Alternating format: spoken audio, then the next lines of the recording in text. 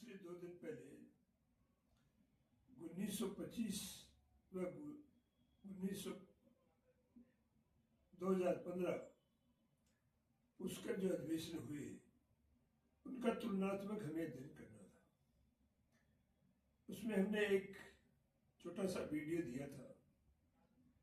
उस वीडियो में कई सवाल खड़े हुए हैं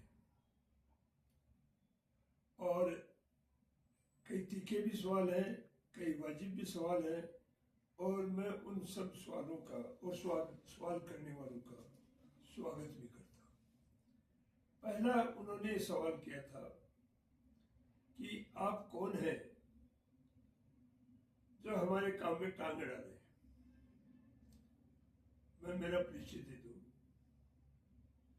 मैं Trilok Singh research and development संस्थान का चेयरमैन हूँ और जाट बोर्डिंग हाउस संस्थान सीकर का अध्यक्ष भी। मेरे पास कोई डिग्रियां नहीं है, लेकिन मेरे काम के शोध पत्र Bikaner university, Jodhpur university, Rajasthan university, इन सब यूनिवर्सिटियों में जो मेरे शोध पत्र पढ़े गए हैं और जो लिखे गए हैं उनसे पता चल जाता है कि मैं कौन हूं। जहां तक सवाल है मेरी विचारधारा का, तो मैं पूर्णतया नास्तिक हूं, लेकिन मैं इस परंपरा को मानता हूं कि वॉल्टेयर का एक दोहा है कि मैं आपके एक शब्द से भी सहमत नहीं हूं, लेकिन आपको शब्द की अभिव्यक्ति करने की स्वतंत्रता के लिए मैं मेरे आखिरी खून के कतरे तक लड़ूंगा। मैं कबीरदास की इस बात से भी सहमत हूं कि निंदक नीरे राखिए आंगन कुटी छवाए, बिन पानी साबन बिना निर्मल करे सुबह। मैं भगत सिंह की इस बात से भी सहमत हूं कि हमारा काम प्रयास करना है, सफलता और असफलता परिस्थिति और सहयोग पर मिलती है। इसलिए जो सवाल खड़े किए हैं उन बंधुओं को मैं धन्यवाद देता हूं। पहली बात कि महेंद्र सिंह जी आईजी साहब को मैं धन्यवाद देता हूं, और ये बात सही है कि बाड़मेर का जाट जागृत हुआ है, शिक्षा भी बढ़ी है, लेकिन बाड़मेर के जाटों का अन्य जातियों से दूरी भी बढ़ी है। ये क्योंकि बाड़मेर में बहुत मर्तबा भी गया हूँ, अभी भी मैं आर्कियोलॉजिकल वहाँ किराड़ू है या बाबा रामदेव का जो जन्म स्थान है उड्डू कश्मीर, वो शोध मेरा जारी है, और यह संख्या बाड़मेर की सबसे ज्यादा थी। ये प्रेम सिहाग ने जो बातें कही है, मुख्य तौर पर उन्होंने जो 4 बात कही कि जाट के खिलाफ नहीं बोलेंगे, मैं सोचता हूं कि अभी वो इस बात को समझ नहीं पाए। राजस्थान में जहां जहां चाहे मेवाड़ हो, मारवाड़ हो, ढूंढाड़ हो, ब्रिज प्रदेश हो, जहां राजपूत सामंत थे, राजा थे, उनके पटेल जाट ही थे, और उन पटेलों के द्वारा ही जाटों का शोषण किया गया। शोषण करने वाले की और शोषण होने वालों की दोनों की एक श्रेणी नहीं हुई। उसके ऊपर हम पहले भी बोलते थे और मैं आज भी बोलूंगा कि Jat Patel was the also the pillar of the feudalism।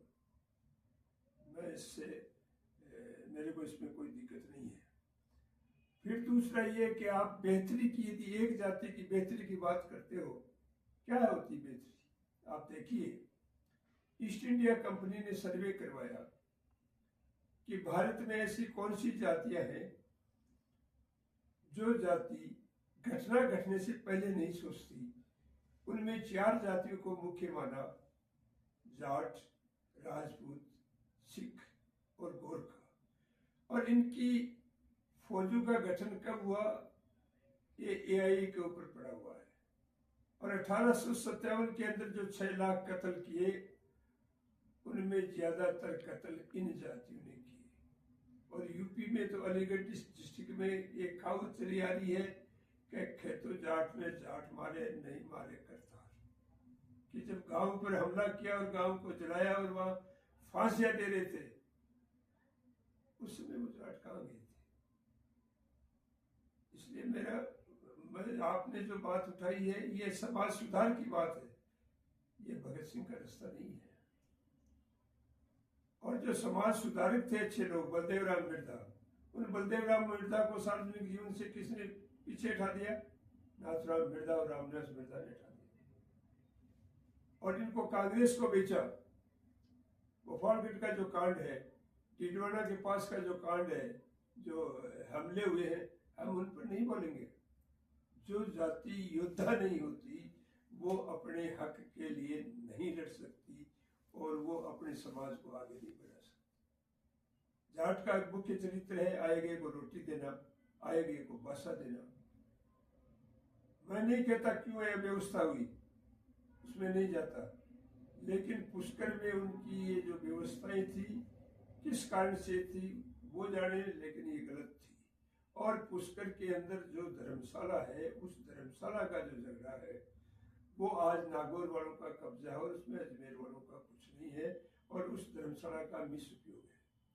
और जाट नाव से और तेजा के नाव से संस्थाओं का जो मिसउपयोग हो रहा है, उसका मैं आपको एक उदाहरण देना चाहता हूँ कि सीकर की जाट बोर्डिंग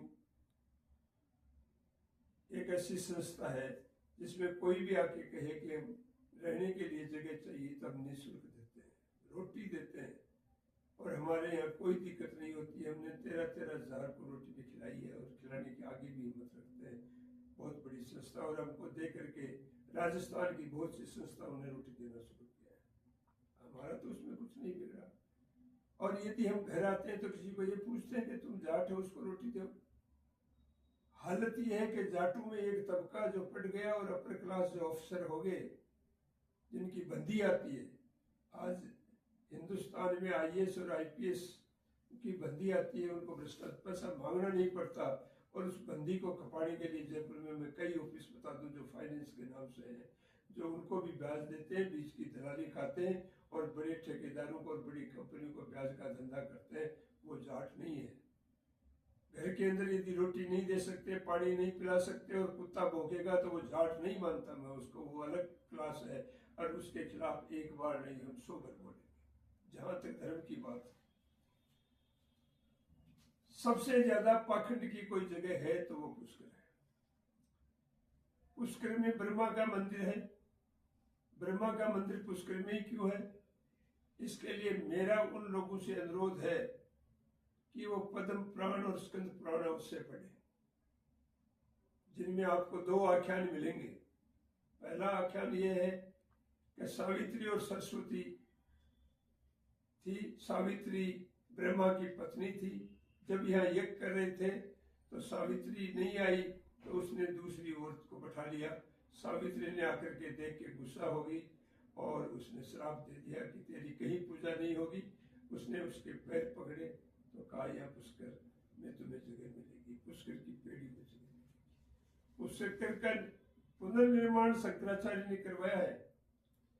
उसके अलावा दूसरी एक कथा और मिलती है, जिनमें हिंदू मैथोलॉजी में या सनातन धर्म में 3 देवता प्रताड़ित है। उनके बारे में मैं आज इसलिए नहीं बताना चाहता कि यदि उनके बारे में बात बताऊं तो वो विषय से हट करके होगी। दोबारा कोई सवाल आएगा तो वो बात हम बताएंगे। और जो त्रिदेव की बात है जो आज आई एआई है, एआई प्रभावित है गीता प्रेस गोरखपुर से, एआई प्रभावित है सांप्रदायिक साहित्य से। मैंने उसको सवाल किया था कि भारत के पहला धर्म कौन सा है, उन्होंने कहा वैदिक धर्म है। जबकि भारत का सर्वदर्शन माला में जो सबसे प्राचीन किताब है माधवाचार्य की और उमाकांत की, जो बहुत विस्तार के साथ बताया कि भारत के अंदर 15 दर्शन है। पहला दर्शन चार्वाक दर्शन है, पहला प्रकृति पूजना है। और ये न पहले है ब्रह्मा विष्णु महेश त्रिदेव, पहले त्रिदेव अग्नि वायु और जल है। इसलिए ये पेट पालने वाले टीका छाप लोग उनके अपने धंधे के लिए इन्होंने ये शुरुआत कर रखी है। और ब्रह्मा इसमें प्रताड़ित और सजायाफ्त देवता है। और कौन कौन से देवता है मैं आपको अगली कड़ी में बता दूंगा। अगली कड़ी के अंदर सवाल पूछा है, लंबा हो जाएगा, वरना आपने जो चित्र लगा रखा है तेजा का, कि तेजा लोह पुरुष है, लेकिन तेजा को राजस्थान के 5 पीरों में क्यों नहीं शामिल किया गया? तेजा क्या देवता है, या तेजा क्या इंसान के रूप में उसने अच्छे काम किए हैं, या तेजा ने क्या काम किए हैं, और तेजा की कुल कितनी पत्नियां थी, ये हम अगले उसमें बोलेंगे। और जो भी कोई सवाल आएगा हम बेझिझक जवाब देंगे। जहां तक युद्धवीर सिंह की जो बात थी, युद्धवीर सिंह का सांप्रदायिकता के खिलाफ जो वक्तव्य है, आरएसएस के खिलाफ वक्तव्य है, वो बहुत शानदार वक्तव्य उनकी है, और खुलकर भी बोलते हैं। और जाट कभी इन धर्मों में नहीं रहे, जाट एक ईश्वरवादी रहे हैं, जाट बौद्ध भी रहे हैं, और जाट एक जाति नहीं हो गई, ये नस्ल सबसे ज्यादा धर्म निरपेक्ष भी रही है, और इसमें अलग अलग धर्मों के लोग भी हैं। इसलिए आप कृपया अपनी दुकान जमाने के लिए दिल्ली से आरएसएस के कहने से आप जो है इस ढंग से अपनी दुकान नहीं जमा सकते, चाहे कितने भी आप प्रयास कर लीजिए। आपके जो जाट के डीएनए के गुण हैं, उन गुणों को शामिल करते हुए आप आगे बढ़िए। क्योंकि मैं सीकर में जाट बोर्डिंग के लिए, हम फर्श के लिए जब पत्थर लाने के लिए जालोर गए, तो जालोर में पत्थरों पर कब्जा जाटों का है, और उन जाटों ने एक जाट धर्मशाला बना रखी है, और बहुत बड़ी एक तेजा जी की मूर्ति लगा रखी है। मैं अध्यक्ष, सेक्रेटरी और कोषाध्यक्ष हम गए, तो हमसे 500 रुपये किराया लिया गया। रात को लाइट चली गई, चाय पीने के लिए 1 किलोमीटर जाते थे, 3 किलोमीटर आते। हमने कहा रसीद दीजिए हमें, जिससे कि हम सीक्रेट जाट बोर्डिंग को दिखाएं, तो उन्होंने कहा रसीद बुक तो हमें छपाई नहीं। इसलिए व्यापार करके, ठगी करके जो जाट आगे बढ़े हैं और आज समाज में लीडरशिप के जो सपने देख रहे हैं, उनके सपने जब तक ध्वस्त नहीं किए जाएंगे, जब तक जाट समुदाय आगे नहीं बढ़ेगा। इसी के साथ आज का एपिसोड यही समाप्त करते हैं। धन्यवाद।